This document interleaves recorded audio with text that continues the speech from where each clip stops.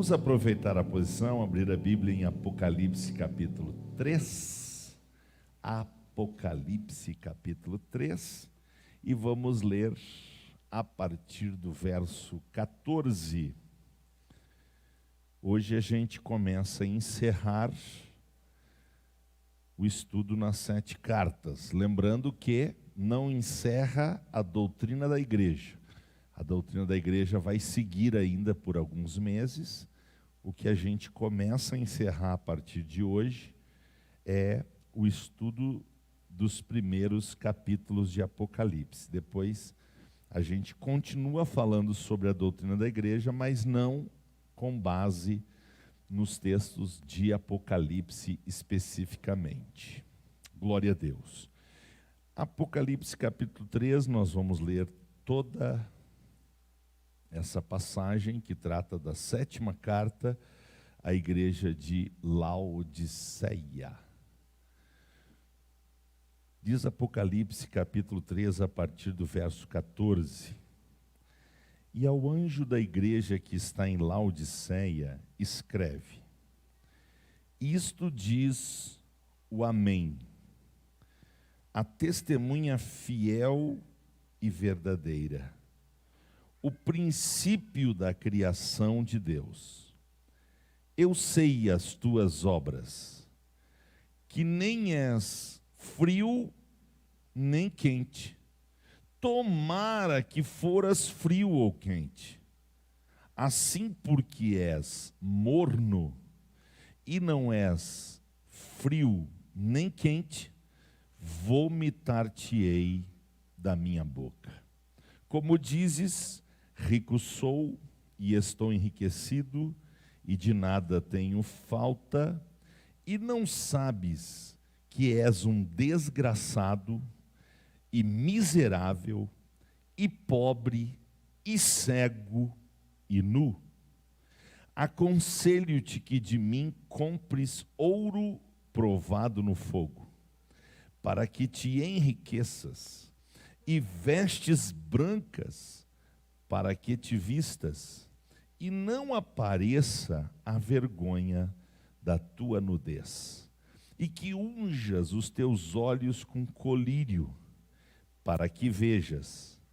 Eu repreendo e castigo a todos quantos amo. Sê, pois, zeloso e arrepende-te. E eis que estou à porta e bato. Se alguém ouvir a minha voz e abrir a porta, entrarei em sua casa e com ele cearei e ele comigo. Ao que vencer, lhe concederei que se assente comigo no meu trono, assim como eu venci e me assentei com meu Pai no seu trono. Quem tem ouvidos, ouça o que o Espírito diz às igrejas. Quantos podem dizer amém? Vamos orar mais uma vez. Bondoso Pai, rendemos graças ao Senhor mais uma vez pela leitura da Tua Palavra. A Tua Palavra é fiel. A Tua Palavra é verdadeira. Ela é o amém nesta noite. E nós te agradecemos por poder contar com a firmeza da Tua Palavra. Também com a firmeza do Teu caráter. Em Ti não há mudança, nem sombra de variação. O Senhor é o mesmo, de geração em geração. O Senhor é imutável, incomparável, inconfundível. O Senhor é o maior, o Senhor é o melhor, o Senhor é o único. O Senhor é Deus e só o Senhor é Deus. Só o Senhor é Deus verdadeiro, Deus maravilhoso, Deus justo, Deus santo, Deus querido. E por isso nós bendizemos este nome eterno. E mais uma vez te pedimos ajuda, Senhor, para ministrar a Tua palavra. No mundo espiritual, peleja por nós. Ajuda-nos, Senhor, a ministrar a Tua palavra na autoridade do Senhor, para que a tua palavra encontre corações bem abertos, ouvidos bem abertos e pessoas que recebem de bom grado a tua palavra. Obrigado, Senhor, porque nós podemos valorizar a Bíblia. Nós podemos, Senhor, dedicar a Bíblia à nossa vida.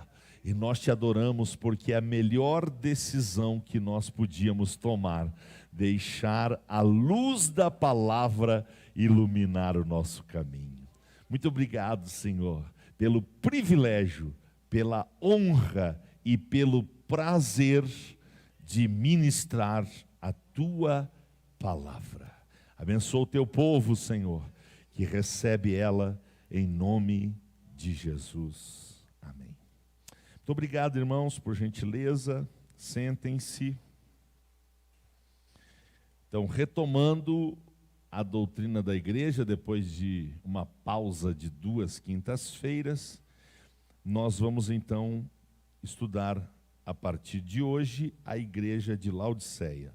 Uma igreja sem fervor e sem compromisso. Esse é o título da mensagem. Uma igreja sem fervor e sem compromisso. A igreja de Laodiceia. E hoje vai ser a parte 1. Provavelmente eu vou dividir esta carta de Laodiceia em 3 partes. Então hoje eu vou fazer uma introdução geral. Vou falar um pouquinho da história desta igreja e fazer uns apanhados gerais para então, permitindo Deus, semana que vem a gente começar a estudar versículo por versículo, tá bom? Então vamos à nossa introdução à igreja de Laodiceia. Glória a Deus. A região de Laodiceia, como todas as outras regiões das outras igrejas, fica onde hoje nós temos a Turquia. Naquele tempo era conhecido como Ásia Menor. Essa região de Laodiceia era uma região povoada muito tempo antes de Jesus. E esta cidade se chamava Dióspolis. Esse era o nome de Laodiceia, Dióspolis, até a chegada de Antíoco Epifânio, um dominador, um líder, um guerreiro, e ele gostava de onde ele dominava destruir as cidades.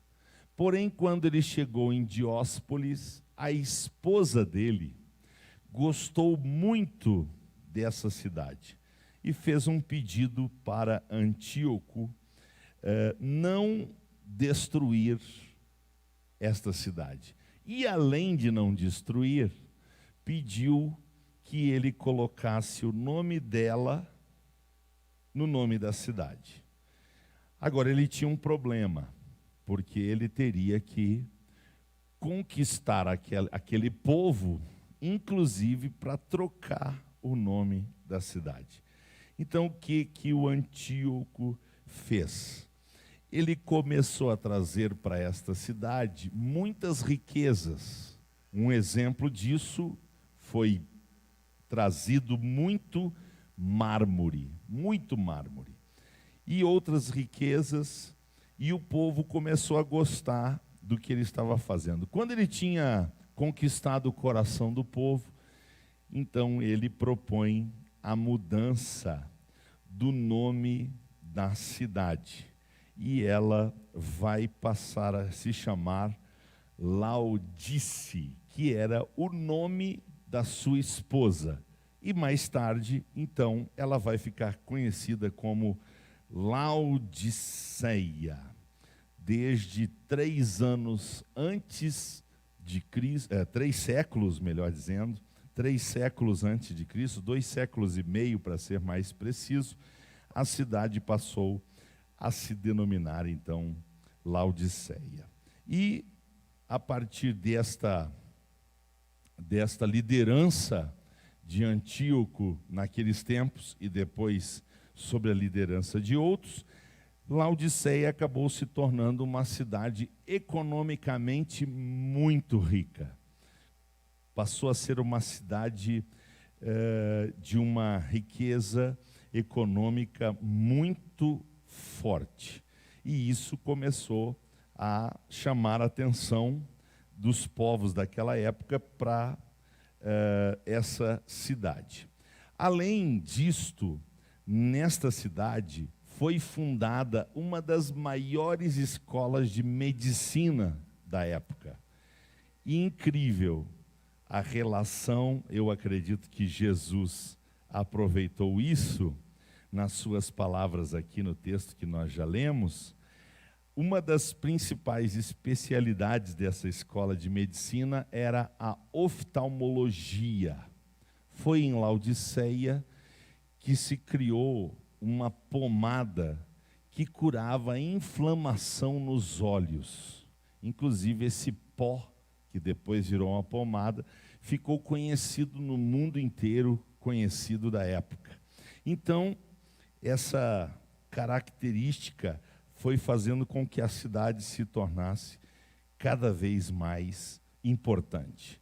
Também nesta cidade se descobriu uma forma, através de manufatura, de se produzir uma lã negra de altíssima qualidade, que ficou muito conhecida porque Laodiceia passou a ser um centro da moda naqueles dias, só perdendo para Roma.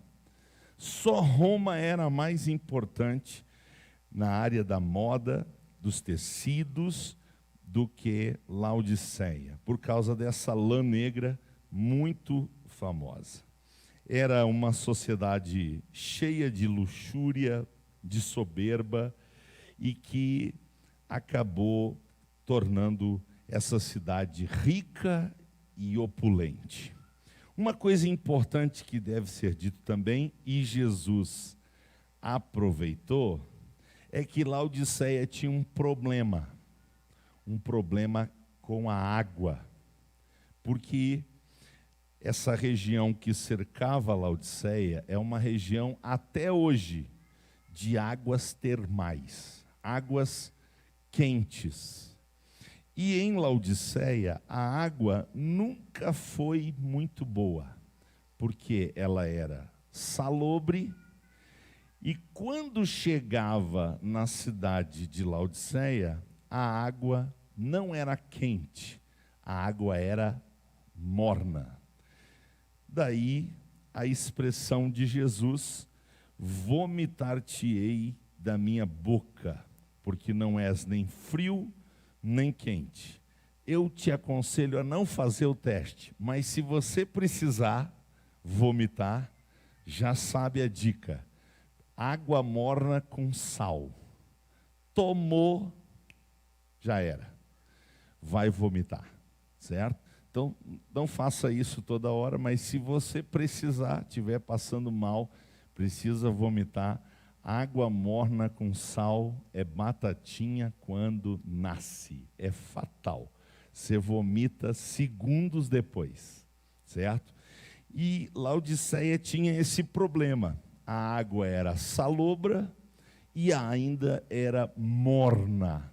E isso era uma dificuldade que a cidade tinha, e segundo eu pesquisei, até hoje naquela região, esse é um problema para os habitantes desse povoado. É claro que as cidades, como existiam na época, não existem mais, só existem ruínas, até porque a Turquia é um país onde acontece muito terremoto. Aconteceu terremoto no ano 17 da nossa era, no ano 60 da nossa era, no século 18 aconteceu muitos terremotos lá. Então, uma região muito sofrida por causa dos terremotos. E, meus irmãos, a igreja que havia sido fundada ali, inclusive pastoreada por Epáfras, eu vou mostrar isso semana que vem, quando Paulo escreve a Epáfras, ele está em Laodiceia. Epáfras pastoreou Laodiceia por um bom período. A igreja que ali estava acabava sendo, pelas palavras de Jesus, influenciada por essas características que eu acabei de citar. A questão da riqueza, a questão da moda, a questão de ser conhecida, uma cidade famosa, opulente. Isso acabava, de certa forma, influenciando a igreja do Senhor Jesus naquela cidade. Por quê?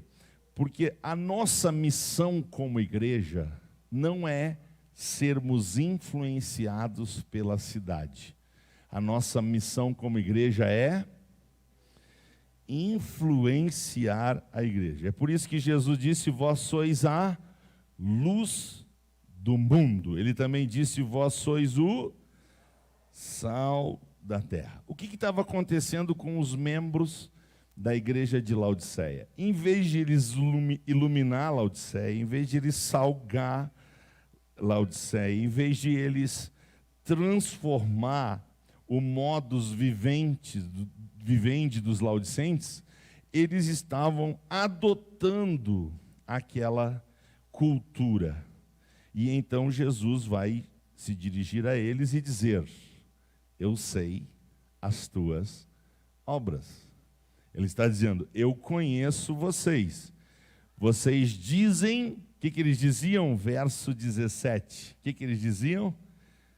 Rico sou e estou enriquecido. Diziam mais: de nada tenho falta. Veja que arrogância, veja que avaliação elevada que eles estão fazendo de si mesmos. Eles se gabavam de riquezas, de não ter falta de nada, porque eles viviam naquela cidade, mas a igreja não estava bem. A igreja não estava bem. A cidade não estar bem é normal. O que não é normal é a igreja não estar bem. A cidade estar nas trevas, ok. O problema é quando a igreja está nas trevas. A cidade estar de mãos dadas com o pecado, ok. Agora, a igreja estar de mãos dadas com o pecado, bom, aí temos problemas. E é justamente isso que Jesus vai denunciar a esta igreja, que ele não dá um elogio. Jesus não dá meio elogio a essa igreja. Essa igreja não é passível de elogio. Que coisa terrível, hein? A igreja, irmãos, é o povo de Deus aqui na terra. Nós somos embaixadores de Cristo aqui na terra. Nós representamos a nossa pátria que está nos céus. Portanto, nós precisamos influenciar as pessoas da cidade para Cristo. Aproximar as pessoas da cidade do reino dos céus. E não simplesmente a se tornarem frequentadores de templos. Ser um cristão verdadeiro é muito mais do que ser um frequentador de vez em quando de um templo. Ser um cristão verdadeiro é estar aqui para praticar os princípios eternos da palavra de Deus, para não nos conformar com este mundo. Esta palavra, não vos conformeis, significa que nós não podemos entrar na forma do mundo. O mundo jaz no maligno. O mundo está cegado pelo Deus deste século. Então, o mundo precisa não ser o nosso modelo, não ser a nossa forma. Qual é a nossa forma? Diga: reino de Deus. Qual é a nossa forma? Reino de Deus. Esta é a nossa forma. É nessa forma que nós precisamos entrar. A forma do reino de Deus, a forma do reino dos céus. Glorificado seja o nome do Senhor por esta verdade. A igreja de Laodiceia, irmãos, representa os crentes nominalistas. Que crentes ela representa? Os? A igreja de Laodiceia hoje representa os crentes nominalistas. Esta palavra vem da expressão é crente só de nome. Uma expressão que nós importamos da Igreja Católica Apostólica Romana.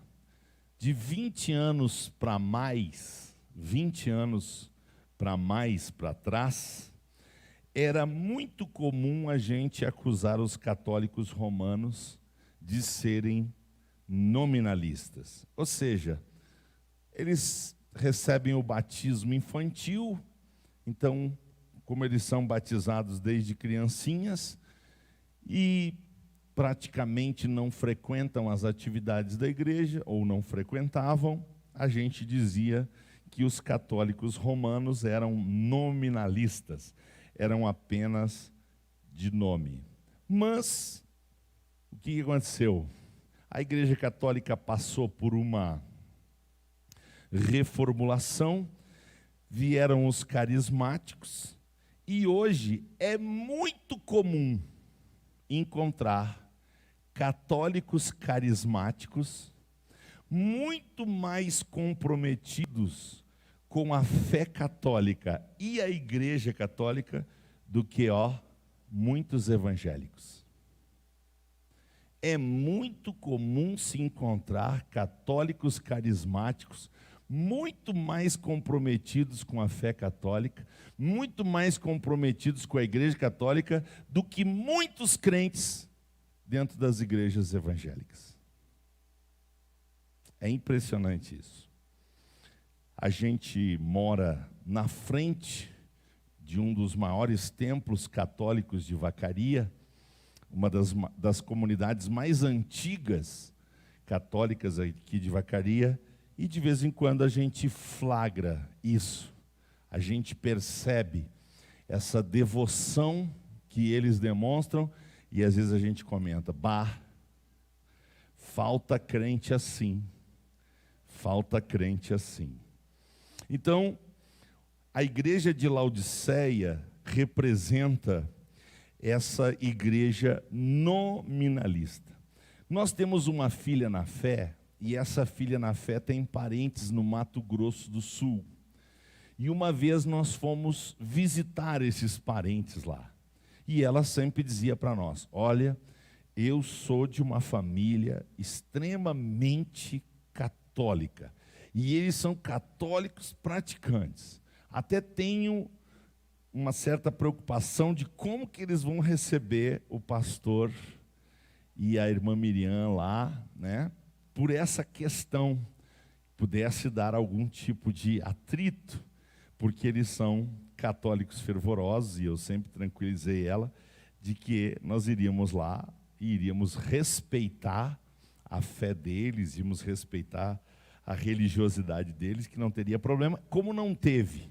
Inclusive, já ameaçamos voltar lá umas 3 vezes, e não fosse a pandemia agora, nós tínhamos uma viagem programada, porque nós queremos voltar lá e eles querem que a gente volte lá. Mas o que a gente descobriu? Descobrimos católicos dizimistas fiéis. Dizimistas de 10%, viu? Eu não estou falando daquele dízimo que eu cobrava para minha mãe quando era criança.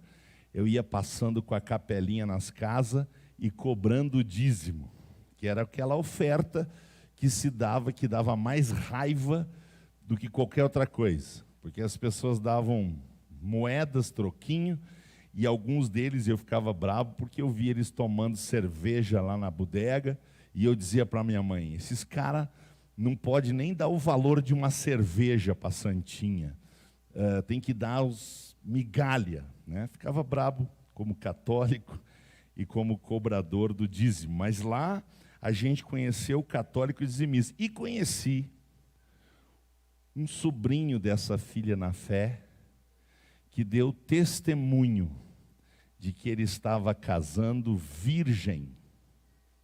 Ele e a namorada dele, católicos, estavam casando virgens. Uau, que coisa! Eu gostaria de dizer para vocês que todos os membros da igreja evangélica, os jovens, se casam virgens. Mas se eu fizer isso, eu vou pagar, principalmente diante de Jesus, eu vou pagar mico, certo? Então é melhor não fazer esse tipo de afirmação, mas sempre ter expectativa de que nossos jovens assentem no coração deles de casar virgens, porque é uma doutrina bíblica. Então eu estou dando esses exemplos para mostrar para vocês que hoje o nominalismo está mudando de campo. Já não são mais os católicos que são nominalistas. Está se multiplicando o número de evangélicos nominalistas. E o que é isso? É o esfriamento do amor. O amor de muitos crentes está esfriando e muitos crentes estão experimentando a mornidão. Terça-feira eu estava em Caxias, estava com o Rodrigo no centro da cidade, bem no centro. E nós passamos na frente de uma denominação que tem uma placa bem grande, visível na calçada, fundada em 1892. E o Rodrigo disse: pô, hein, pai, essa igreja é antiga. Eu disse: é, filho, essa igreja não só, essa denominação, melhor dizendo, não só é antiga, mas é uma denominação que experimentou um avivamento mundial. Foi uma igreja, uma denominação muito influente, poderosa, ainda é em algumas partes do mundo, tem escolas, hospitais, obras sociais extraordinárias, mas, infelizmente, com o passar do tempo, essa denominação foi esfriando, e hoje eles vivem uma grande crise de vocação. Não tem mais crianças, não tem mais jovens, e ninguém mais quer liderar essa denominação. Então, apesar de estar, é a denominação, o templo mais bem localizado de Caxias do Sul, é uma igreja que se enfraqueceu de uma forma extraordinária. Então, foi-se o tempo em que o nominalismo era um problema católico. Foi-se o tempo em que o nominalismo era um problema católico. E a pandemia parece que fortaleceu isso. A pandemia parece que revelou ainda mais, empurrando muitos crentes nominalistas, muitos evangélicos nominalistas para o abismo da morte espiritual. Muitos evangélicos morreram espiritualmente com a pandemia. Por quê? Porque eram apenas nominalistas. Era só de nome. Frequentavam os cultos de vez em quando. Não liam a palavra diariamente, não oravam diariamente, não tinham fervor espiritual, não tinham compromisso com as atividades da igreja. Veio a pandemia, cortou aquele fiozinho que os segurava e eles caíram no peral da morte espiritual. Com isso, meus irmãos, se multiplica, está se disseminando como erva daninha um tipo de crente. Quem acerta o crente? Esse é o nome teológico. o nome mais técnico: os desigrejados. As pessoas que querem Jesus, mas não querem a igreja. As pessoas que dizem ter Jesus, mas repudiam a igreja. Está aumentando o número dessas pessoas. Sabe quem é esse crente, Jorge? É o crente chuchu. O crente chuchu está se multiplicando que nem erva daninha. Característica do chuchu? O que chuchu tem gosto de quê? Só o chuchu. Você já experimentou pegar um chuchu e dar uma mordida nele? Não faça isso. Faça isso, não. É um treco duro, sem gosto de nada. E o que acontece com o chuchu? O chuchu se torna bom acompanhado. A Miriam faz um chuchu ao molho branco, coisa boa. Às vezes eu peço para ela: amor, faz aquele chuchuzinho, uma salada com bastante cebola, salsinha, cebolinha, pimentinha. Vai. Agora o chuchu sozinho, quem que o chuchu influencia? Quem que o chuchu... A gente põe chuchu para melhorar o quê na comida? Que sabor vai dar o chuchu na comida?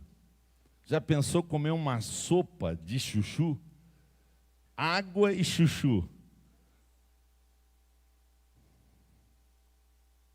Aí imagina aquela pessoa que tem pressão alta e tem que comer com pouco sal. Água, chuchu e pouco sal. É quase uma receita para vomitar, né? É o crente que não fede e não cheira. Ele está lá na escola, não ganha ninguém para Jesus. Passa 10 anos no mesmo colégio. Quantos ganhou para Jesus?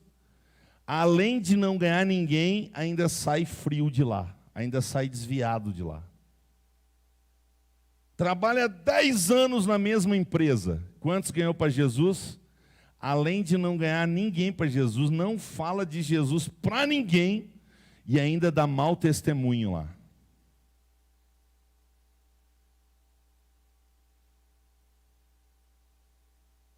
Pessoa lá na rua diz: ó, se é para ser crente que nem aquela praga, eu prefiro ser espírita. É o crente chuchu. Laodiceia estava minada de crente chuchu. Não influenciava a cidade e ainda era influenciada por aquela arrogância, aquela soberba. Recursou, cheia de mármore, cheia de lã negra, faculdade de medicina, uma cidade famosa, e os crentes: eu moro em Laodiceia, eu não tenho minha cidade. E Jesus chega para eles e dá um diagnóstico. Não sei se tem mais terrível na Bíblia. Você conhece uma palavra mais forte e contundente do que essa? Não sabes que é um desgraçado, miserável, pobre, cego e nu. Você conhece uma palavra mais forte na Bíblia do que essa? Você já pensou Jesus chegar para você e dizer: e daí, desgraçado, como é que vai? Ô miserável, cego e nu. Você já pensou Jesus dizer isso para você? A gente senta na graxa. Será que Jesus é capaz de dizer isso? Disse ou não disse? Disse ou não disse? Disse. Disse. Vocês dizem de si mesmo: rico sou, estou enriquecido, não tenho falta de nada, era a opinião deles. Aí o Criador do universo, que conhece a gente por dentro, por fora, do lado, de cima, de baixo, conhece tudo, ele vai dizer: não sabes que é um desgraçado, miserável, pobre, cego e nu. Você já pensou? Jesus chegar para você e dizer isso para ti? Você se achar o bambambam na fé, né? Não, quem dera todo mundo fosse crente que nem eu. Jesus, espera aí que eu vou te dizer que crente você é. Você é um desgraçado, miserável, pobre, cego e nu. E quem está dizendo é Jesus, sem chance de errar. Então, meus irmãos, nós temos que ter muito, muito, muito cuidado com essa febre que o movimento evangélico brasileiro está passando. É uma febre de crescimento apenas numérico e patrimonial. Inclusive, os pastores são abalizados por esse critério. Pergunta dos pastores: quantos membros tem lá? Quando alguém quer saber da sua igreja, quantos membros tem lá? E que tamanho é o tamanho do templo sede? Quanto mede? Conforme a resposta, a pessoa vai dizer: que igreja. Ou ela vai dizer: que igrejinha, coitadinho, só tem isso. Isso é uma febre. Uma febre, é uma doença. É um critério extremamente fraco. Tem muita gente dizendo: nós somos ricos, nós não temos falta de nada, nós não somos como essas igrejas que tem falta de... Não, nós, aqui a gente faz o que a gente quiser, porque nós... E aí olham de cima para baixo, assim. E aí Jesus...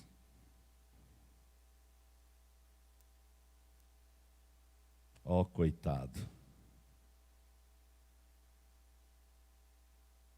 Então diga depois de mim: nosso foco tem que ser o de crescimento espiritual e integrar pessoas.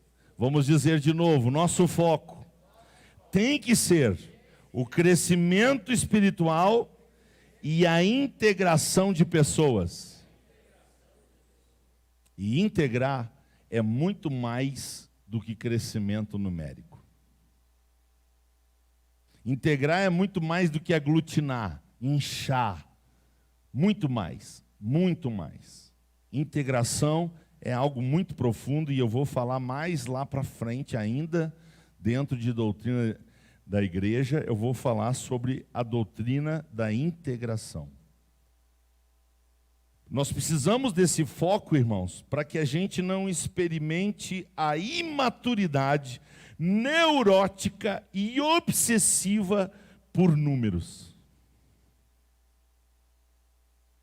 que tem levado as denominações evangélicas a não se preocupar com a qualidade espiritual dos seus crentes, ou do seu povo, gerando crentes fracos, que dão muitos escândalos e não têm produtividade e nem firmeza na fé.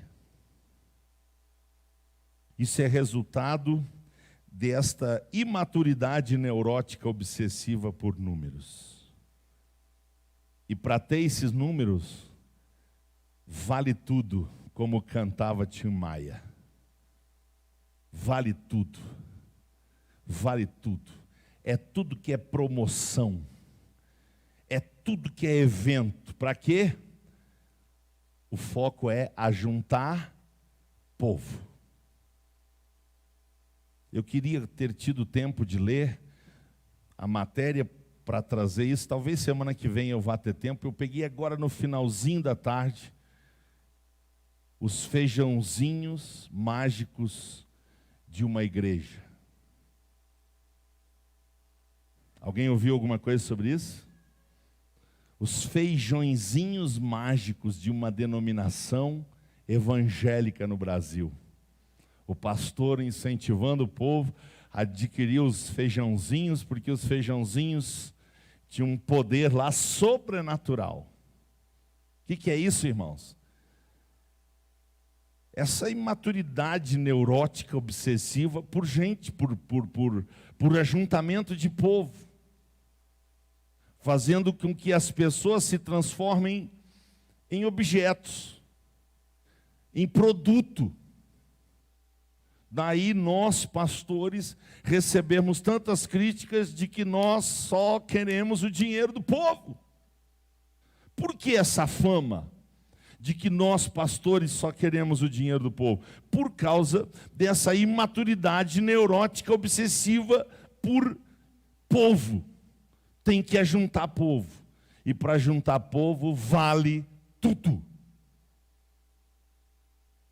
E quando eu digo vale tudo mesmo. Vamos cair nessa? Vamos cair nessa? Não, né? O que diz Paulo aos Colossenses, capítulo 1, versículo 28?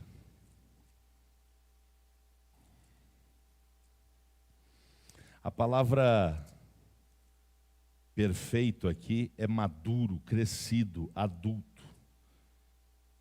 Colossenses, capítulo 1, verso 28. Eu vou ler o 27. Vou começar no 24.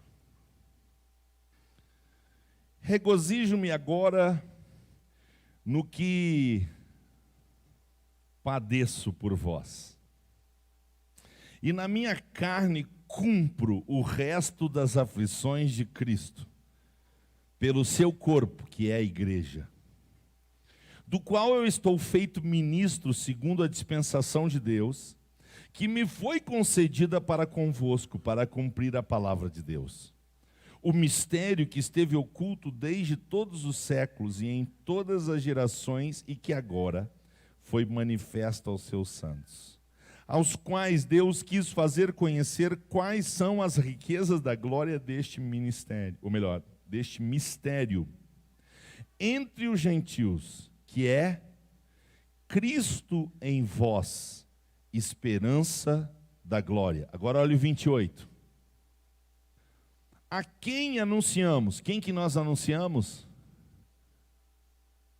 Cristo Jesus, esperança da glória. A igreja está aqui para anunciar o quê? Cristo Jesus, esperança da glória. A quem anunciamos?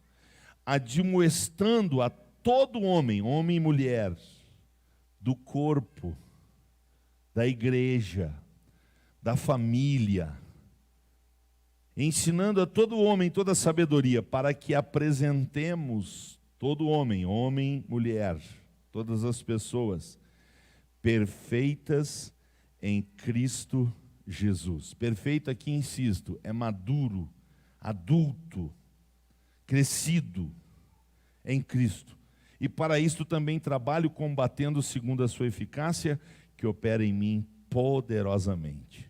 Qual era o foco dos primeiros cristãos, liderados, por exemplo, pelo apóstolo Paulo? Apresentar a Cristo pessoas maduras. Quem pode apresentar a Cristo uma pessoa madura? Um infantil na fé? Um superficial na fé? Um morno na fé? Um sem compromisso na fé? Um não zeloso na fé? Não. Só pode apresentar alguém maduro em Cristo Jesus alguém que está maduro em Cristo. E agora, escute por favor. Os servos do Senhor precisam saber cada vez mais claramente seus papéis, suas funções a executar no reino de Deus. Cada membro da igreja precisa cada vez mais claramente saber o seu papel no corpo, saber a sua função no corpo. Porque, preparam glória a Deus para o que eu vou dizer, há uma vida espiritual abundante nos aguardando de braços abertos. Há uma vida espiritual abundante nos aguardando de braços abertos.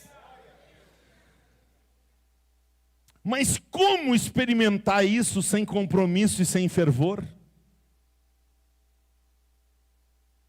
Como experimentar uma vida abundante nos braços do Senhor sem compromisso e sem fervor? Então, para que nós temos que orar, irmãos? Nós temos que orar para que vá embora, fique de fora a indiferença e a acomodação em achar que nós somos salvos porque nossos bisavós, porque nossos avós foram fundadores da igreja na cidade, porque os nossos parentes ajudaram a erguer templos na cidade. A gente tem que se dar conta, irmãos, que isso não é garantia nenhuma de vida espiritual, de salvação e de comunhão com Deus.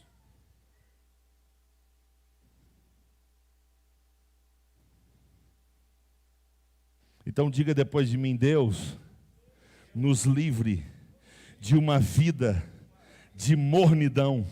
Você pode repetir outra vez? Deus, nos livre de uma vida de mornidão. Sabe o que Jesus disse para Laodiceia? Oxalá vocês fossem quente ou frio.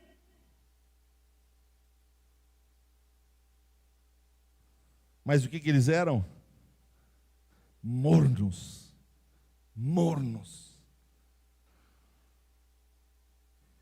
Nem nos entregamos totalmente nos braços do Espírito Santo, e nem aproveitamos sem culpa os prazeres do mundo e da carne.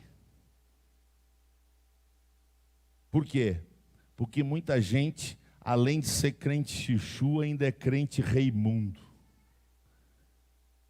Conhece o crente reimundo? É um pé na igreja. O camarada nem desfruta tudo de Deus e nem desfruta tudo desse mundo da carne. Por quê? Porque quando está lá no mundo, participando das coisas do mundo, está com a consciência acusada. Bah, mas eu sou crente, como é que vai ficar a próxima ceia? Ai, ai, ai, e se eu for disciplinado? Ai, meu... O cara fica doente. É uma patologia.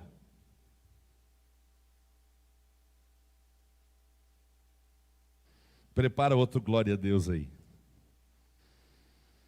Graças a Deus que o nosso querido Jesus não está disposto a apenas apresentar um diagnóstico preciso da situação de muitos líderes e muitos crentes, mas Ele está disposto a apresentar principalmente um tratamento que, se praticado, é curativo, é restaurador, é avivador, que nos leva a uma vida de fervor no Espírito Santo.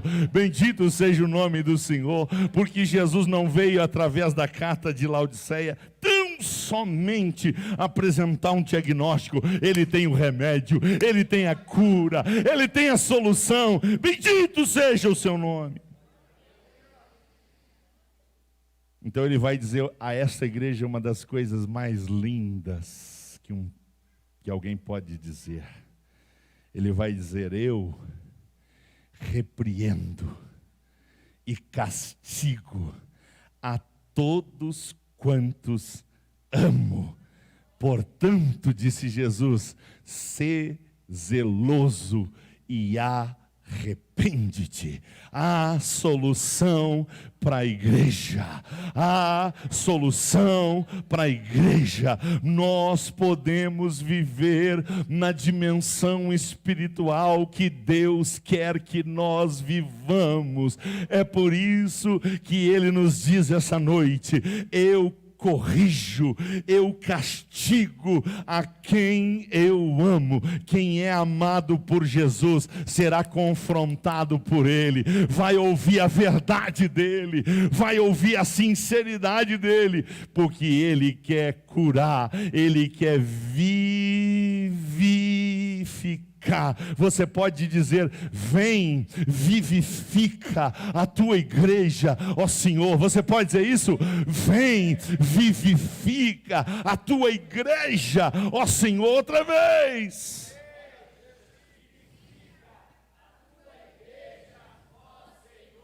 Então que o Senhor, irmãos, nos livre da indiferença, nos livre da falta de zelo e fervor. Porque não há nada pior do que algo morno que provoca ânsia.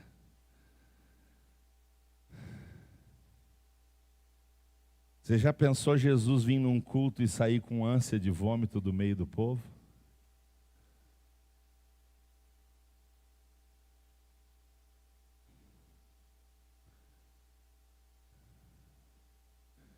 Você já pensou ser um crente que provoca ânsia de vômito em Jesus?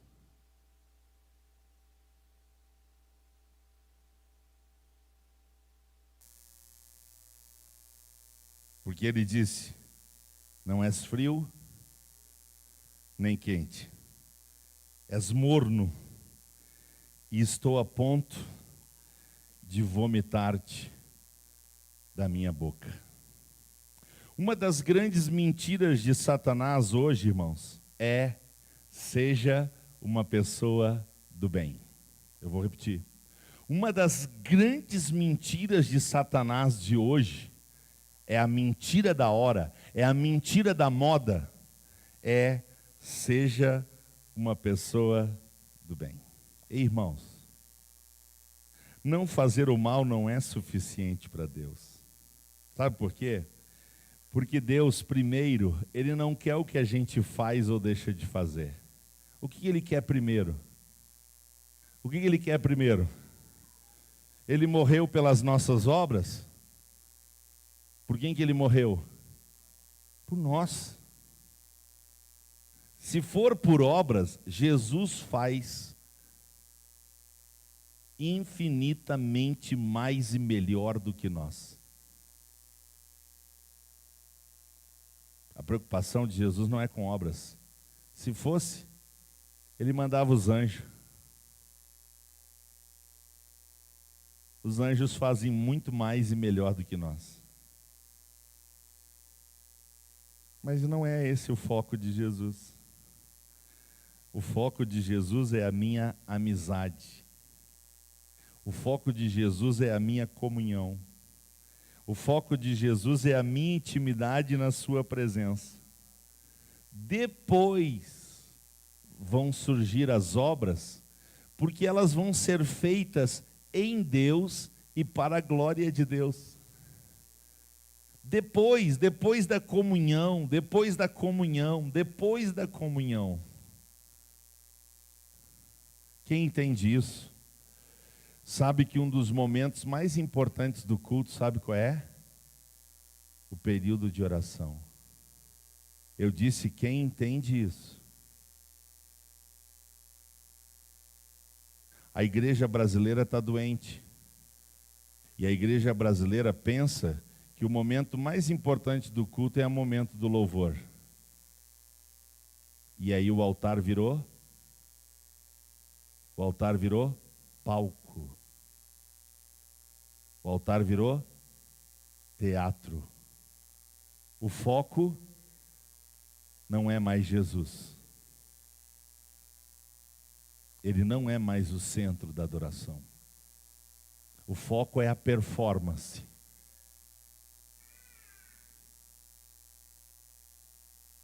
A performance do músico, a performance do cantor, a performance do orador. E na maioria das igrejas, se foi o tempo da oração. Quantos crentes não oram mais, irmãos? Nem na casa de Deus. Quantos crentes? Não oram mais. Aquele período destinado para oração é um período inútil para a maioria. É um período vago, é um período que você pode ocupar com outras coisas. Você pode perder o momento da oração. Você não pode perder outros momentos. O momento da oração.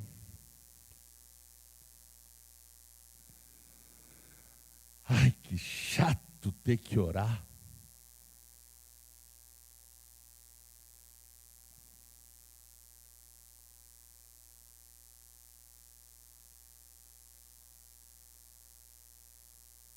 Para quem entende isso, para quem entende o que eu estou dizendo, que para Jesus o mais importante é comunhão, o mais importante é amizade, o mais importante é a presença dele. Para quem entende isso, sabe que o momento da oração é um momento indispensável.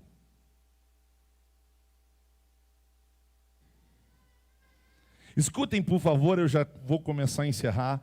Deus Pai é o maior interessado no triunfo dos seus filhos.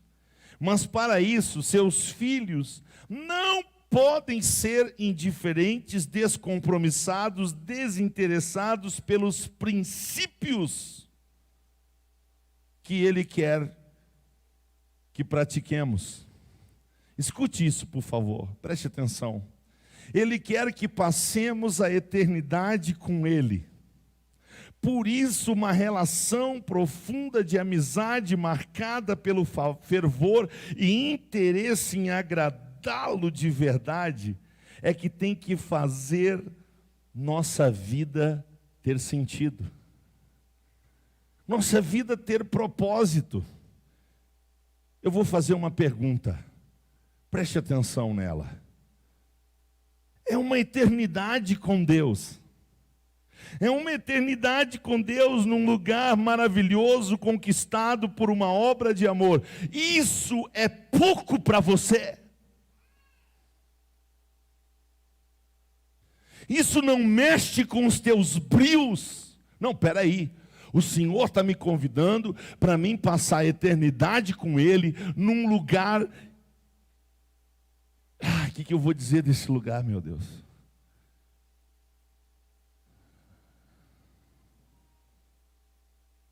Mas tem gente fazendo pouco caso dessa eternidade, fazendo pouco caso desse lugar que foi preparado. Não mexe com seus brios.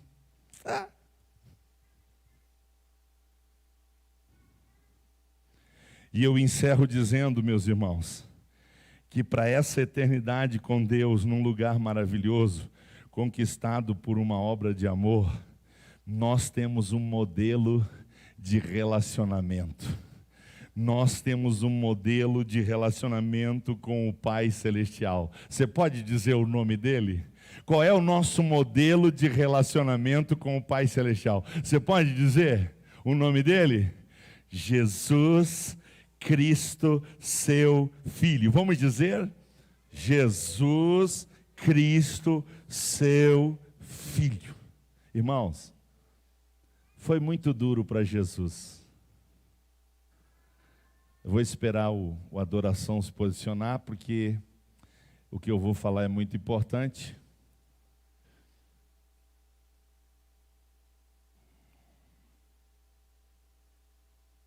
Ok. Foi muito duro para Jesus deixar o trono. Foi muito duro para Jesus deixar o trono. Porque ele deixou de estar ao lado do Pai. Você lembra que uma hora ele disse assim: até quando eu vou sofrer vocês? Você lembra? O que Jesus está manifestando quando ele diz: até quando eu vou sofrer vocês? Sabe o que Jesus está dizendo? Eu estou com saudade do Pai. Eu não vejo hora de voltar para o trono. Eu não vejo hora de voltar para a presença dEle.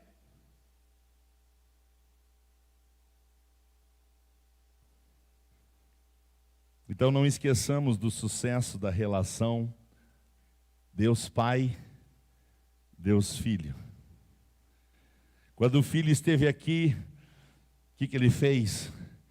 Ele falava o tempo todo do Pai. A vontade do Pai, a vontade do Pai, a vontade do Pai, o reino do Pai, a glória do Pai. Ele toda hora falava do Pai. Por quê? Porque a sua relação era uma relação de unidade. Ele chegou a dizer: eu e o Pai, nós somos tão amigos, que na verdade eu e o Pai somos. E o homem Jesus nos deixou um grande exemplo a seguir. Sabe qual é? Ele deixou o Espírito Santo governar sobre a vida dele. Ele disse: o Espírito do Senhor está sobre mim. E por que eu estou dizendo isso, irmãos? Porque um dos grandes símbolos do Espírito Santo é o fogo. É o fogo. E sabe o que a gente precisa nessa última hora que nós estamos vivendo na terra? Hora de Laodiceia. A gente precisa do fogo do Espírito Santo. Porque sem o fogo do Espírito Santo não há fervor, não há compromisso, não há envolvimento com a comunhão e com a glória de Deus. Mas quando nós deixamos o Espírito Santo governar a nossa vida, então seremos fervorosos no Espírito, amaremos ardentemente a obra de Deus, buscaremos o reino de Deus e a sua justiça em primeiro lugar. Por quê? Porque queremos passar a eternidade na Jerusalém celestial. Então o que nós mais precisamos? Nós precisamos do fogo do Espírito para nós sermos constantes, permanentes, frutíferos e para que nós nunca ouçamos de Jesus: desgraçado, miserável, cego, pobre e nu. Mas ouçamos de Jesus: vem sentar no meu trono, assim como eu me assentei no trono do meu Pai. Vem sentar no meu trono. É isso que Jesus quer. Por isso Ele espera de nós uma vida fervorosa. Ele espera de nós uma vida abundante. Ele espera nós de braços abertos para uma intimidade profunda, para uma grande de amizade. Vamos nos colocar de pé e vamos orar cantando. Vamos orar cantando. Eu quero te convidar para nós orar cantando. Aleluia, aleluia. Sabe o que Deus não despreza? Ele não despreza um coração quebrantado. Ele não despreza um coração contrito. É por isso que Ele nos diz essa noite: sê zeloso, arrepende-te. Sê zeloso, arrepende-te. Vamos fazer esta oração cantada. Vamos cantar, aleluia. Bendito é o nome do Senhor. Vai adorando o Senhor, vai adorando o Senhor, vai adorando o Senhor. Aleluia, aleluia. Bendito Deus.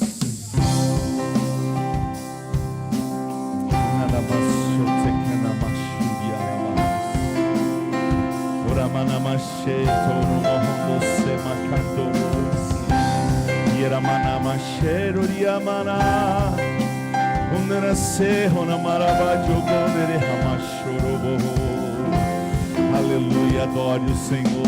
Cria em mim, ó Deus, cria em mim, ó Deus, um coração puro.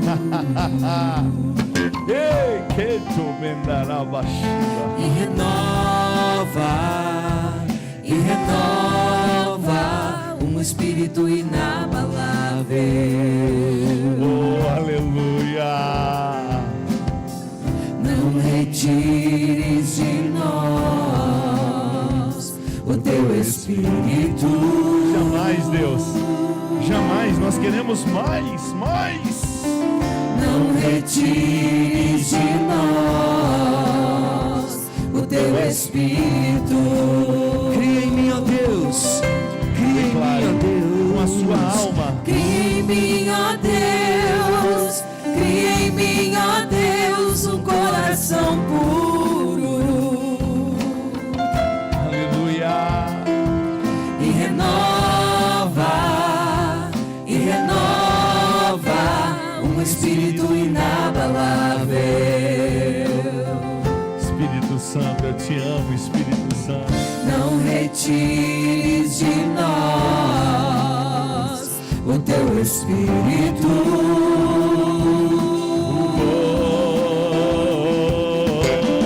Não retires de nós o teu espírito.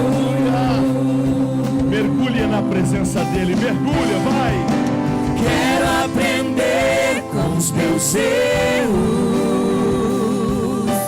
e não mais cometer. Não é fácil, não é fácil. Sei que não vai ser tão fácil,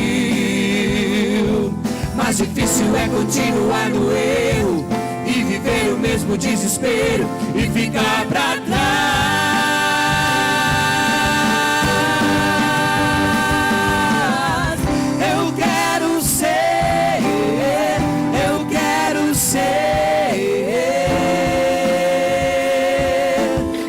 Segundo o coração de Deus, eu quero ser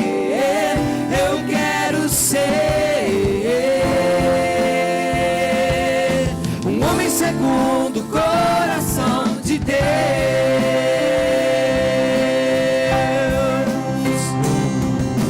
Quero aprender com os meus erros e não mais cometê-los. Sei que não vai ser tão fácil,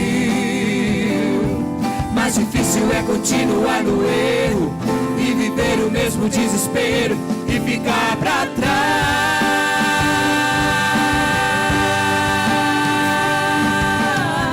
Eu quero ser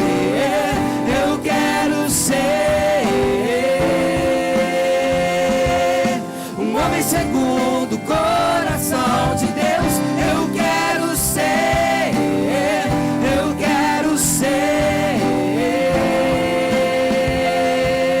um homem segundo o coração de Deus. Eu quero ser um homem segundo o coração de Deus. Eu quero ser um homem segundo o coração de Deus.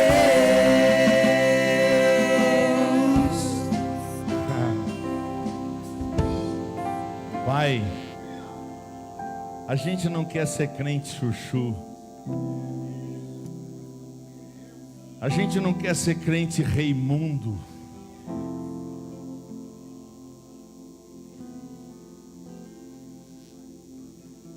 Se é para ser, Pai, não deixa a gente ser virtual. Se é para ser, Pai, não deixa a gente ser de plástico. Se é para ser, Pai, não deixa a gente ser imitação.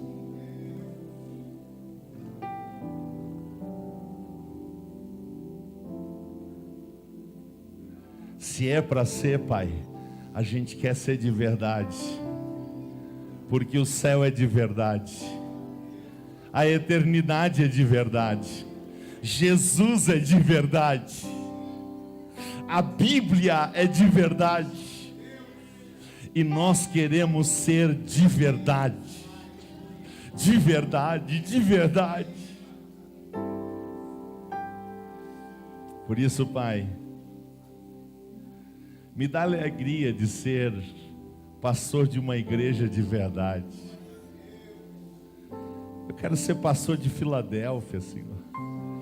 Eu não quero ser pastor de Laodiceia.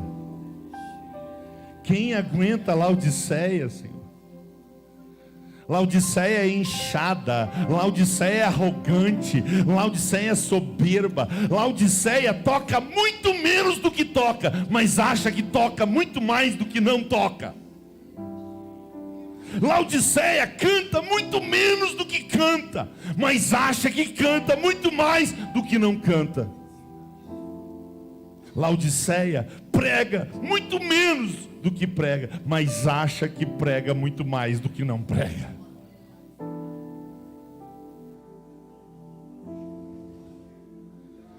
Laodiceia é achada, Laodiceia é metida, Laodiceia é soberba, é arrogante, é inchada. É difícil de lidar com Laodiceia, porque ela acha que é rica, ela acha que não tem falta de nada. Pai, eu quero ser pastor de Filadélfia. Eu quero ser Filadélfia. E eu penso que tem algumas pessoas aqui que também querem ser Filadélfia. Filadélfia, Filadélfia, Filadélfia, Filadélfia. Nos livra de ser Laodiceia. Nos livra de ser Laodiceia. Nos livra de ser Laodiceia. A gente pode ser Filadélfia. Por isso, Pai, mais uma vez eu te peço, livra-nos da indiferença, da falta de zelo. Livra-nos, Pai, do relaxamento espiritual. Livra-nos de priorizar o nosso reino, enquanto o teu reino está jogado às traças.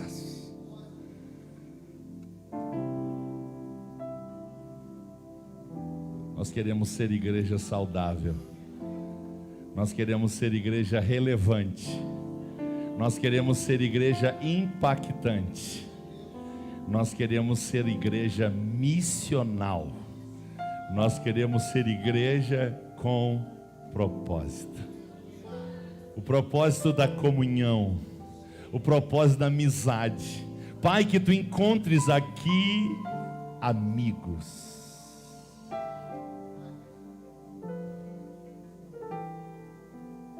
Só quem quer ser amigo pode aplaudir o rei. Só quem quer ser amigo. Comunhão, amizade, intimidade, Senhor, mais do que as obras, comunhão contigo, porque o Senhor não vai nos salvar pelo que a gente faz, o Senhor vai nos salvar pelo que a gente é. E agora a gente é filho, agora a gente é servo, agora a gente é nova criatura, a gente nasceu de novo.